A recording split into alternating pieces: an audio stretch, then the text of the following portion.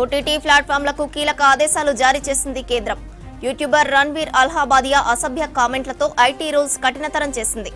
వయసు ఆధారంగా కంటెంట్ వర్గీకరణ చేయాలని తెలిపింది. ఇన్ఫర్మేషన్ టెక్నాలజీ 2021 నియామకాలకు అనుగుణంగా కంటెంట్ ఉండాలని తేల్చి చెప్పింది.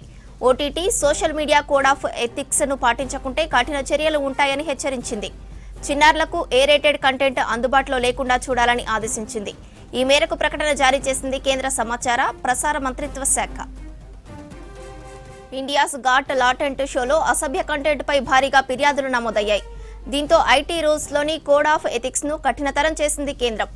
సోషల్ మీడియా, ఓటీటీ ప్లాట్ఫామ్లు తప్పనిసరిగా నిబంధనలు పాటించాలని తెలిపింది. అలాగే ఏజ్ ఆధారిత కంటెంట్ అందుబాటులో ఉంచాలని ఆదేశించింది. స్వీయ నియంత్రణ కలిగిన ఓటీటీలు ఖచ్చితంగా నైతిక విలువలు పాటించాలని తేల్చి చెప్పింది కేంద్రం. ఓటీటీ ప్లాట్ఫామ్లకు కీలక ఆదేశాలు జారీ చేసింది కేంద్రం.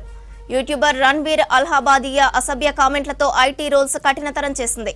వయసు ఆధారంగా కంటెంట్ వర్గీకరణ చేయాలని తెలిపింది. ఇన్ఫర్మేషన్ టెక్నాలజీ 2021 నియామకాలకు అనుగుణంగా కంటెంట్ ఉండాలని తేల్చి చెప్పింది.